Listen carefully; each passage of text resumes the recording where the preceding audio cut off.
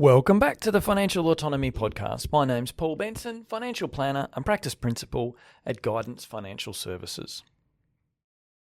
If you've experienced worry recently about your retirement savings or investment portfolio, you're not alone. When events in the world take on a dark tone and stock markets bounce around, it's easy for our minds to catastrophise. In this week's episode, I'll be addressing what this volatility means for you and how you should move forward. I hope you get some good value out of it.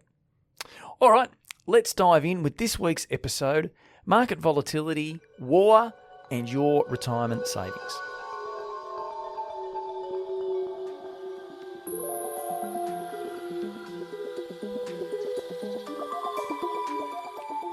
I need to start by date stamping this one because events change quickly and there's a lag between me recording the episode and it finding its way into your ears. So I'm creating this episode on the 18th of March 2026, and at this moment the United States and Israel's conflict with Iran is continuing, with the implications for global energy markets having ripple effects around the world. Currently, investment markets are down a little, though not hugely so, on the assumption that this conflict will be short-lived.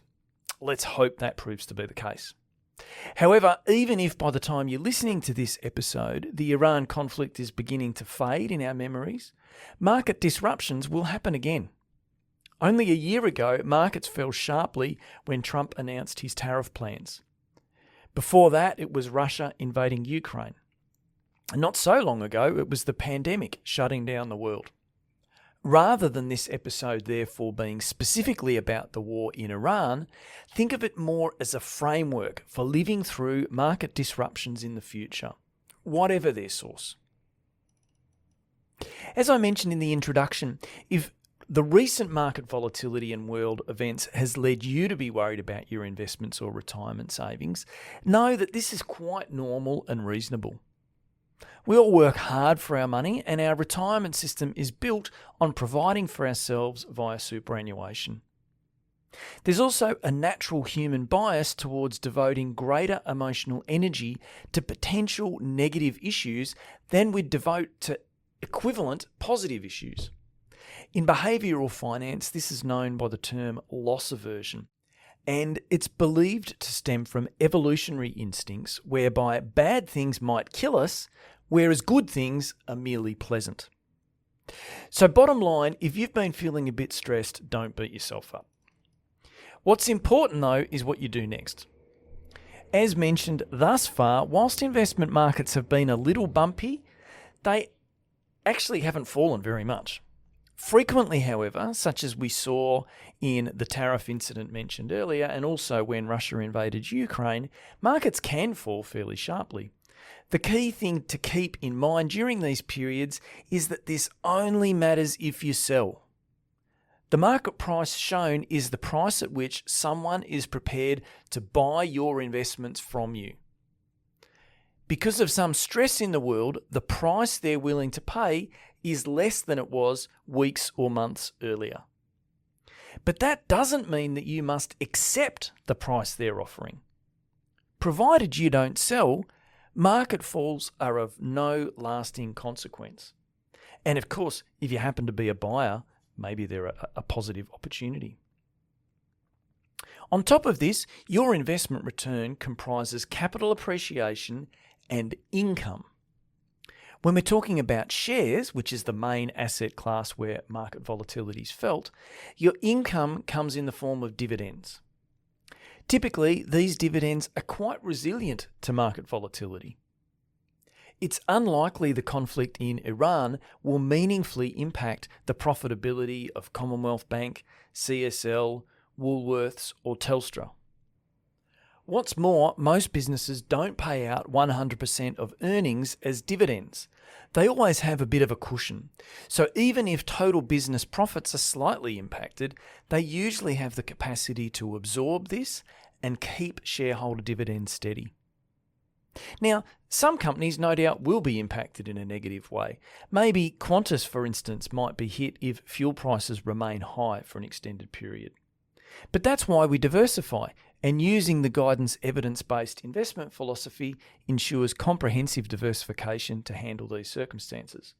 Because, of course, while some companies might be harmed, others, Woodside Petroleum perhaps in the current instance, will be winners. Appropriate diversification will smooth the result out for us. If you're retired and living off your accumulated savings, then dividend and interest income might be a good start, but may not be enough to meet your living costs. In this instance, we'll have a cash reserve set aside for you as a key element of your strategy. This is known as a bucket strategy. It ensures that you always have a stable portion in your portfolio that you can live off where you need extra liquid cash and it's an inopportune time to sell any investments. Financial modelling can greatly assist through these periods as well. For those listening who are already guidance clients, you'll of course be aware that each year we update your projections so you have a good sense of your long-term outlook. Typically, when we initially create your strategy, we also run stress tests, with one being based on the assumption that returns are half what we would normally expect. The purpose of these stress tests is to understand your degree of resiliency.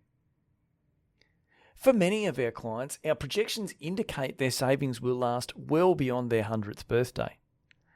Armed with this information, you can hopefully sleep a lot easier at night during periods of volatility, recognising that worst case, the impact might be that instead of running out of money when you're 111, well, you're going to run out of money when you're 108.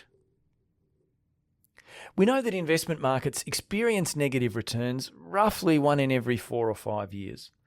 Market disruptions occur even more frequently, but usually they're sufficiently short-lived that by the end of the year, actually, we still get a positive investment return. None of us have a crystal ball, and I certainly have no idea as to whether recent volatility will get better or worse from here. But I do know that investment markets have produced by far the best return of any asset class over the past 100 plus years, and market disruptions have been a standard feature across this period of time. We will get through this current chapter and many more in the future. Of that, I have absolutely no doubt. Well, thanks for listening to another Financial Autonomy episode. Hopefully you're getting our Gaining Choice email every week, which will also give you up-to-date information on what's happening in markets. If you're not currently receiving that email, if you go to the guidance website and scroll down, you'll find somewhere where you can add yourself to the list to receive that.